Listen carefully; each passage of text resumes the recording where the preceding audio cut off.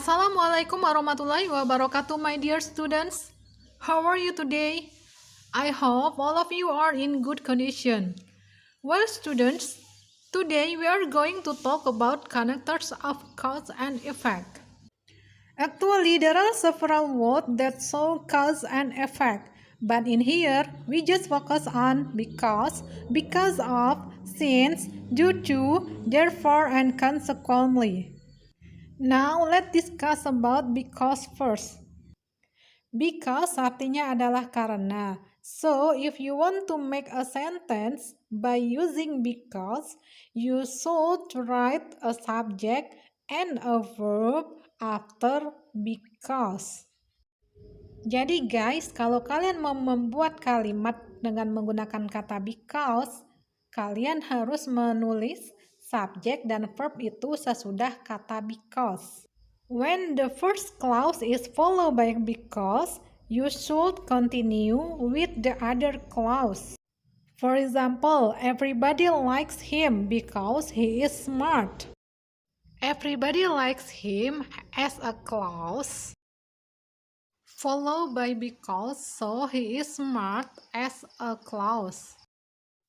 It means before because and after because is a clause. Jadi sebelum dan sesudah kata because itu haruslah klausa. Everybody likes him adalah sebagai effect dan he is smart di sini adalah sebagai cause-nya. Jadi semua orang menyukai dia, ini adalah akibatnya, dan sebabnya adalah he is smart. Sebab dia pintar, maka semua orang menyukai dia. Now let's see the next example. I learned to play football quickly because I took lesson from Ronaldo. Jadi di sini aku sudah belajar bermain bola dengan cepat karena aku belajarnya dari Ronaldo. I learned to play football quickly di sini adalah clause atau sentence. Diikuti juga dengan kata I took lesson from Ronaldo. Ini juga adalah clause or sentence.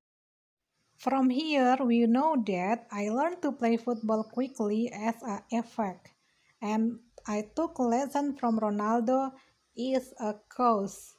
Now, let's see the next connector. Since artinya adalah karena. Actually, since and because have same meaning, yaitu karena, but since used in formal situation. Contohnya, the picnic was cancelled since the rain was coming. The picnic was cancelled ini sebagai clause, and the rain was coming ini juga sebagai klausa. The picnic was cancelled ini sebagai efek atau akibat, and the rain was coming ini sebagai cause, sebab. Pikniknya di cancel since karena the rain was coming, hujan datang.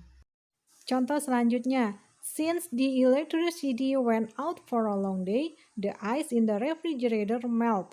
Jadi, the electricity went out for a long day ini adalah sebagai cause, yaitu sebab, dan efeknya adalah ice in the refrigerator melt. Jadi, es di dalam kulkas itu mencair. Next, due to, yang artinya adalah dikarenakan, disebabkan, atau oleh karena itu. Due to always followed by gerund or noun.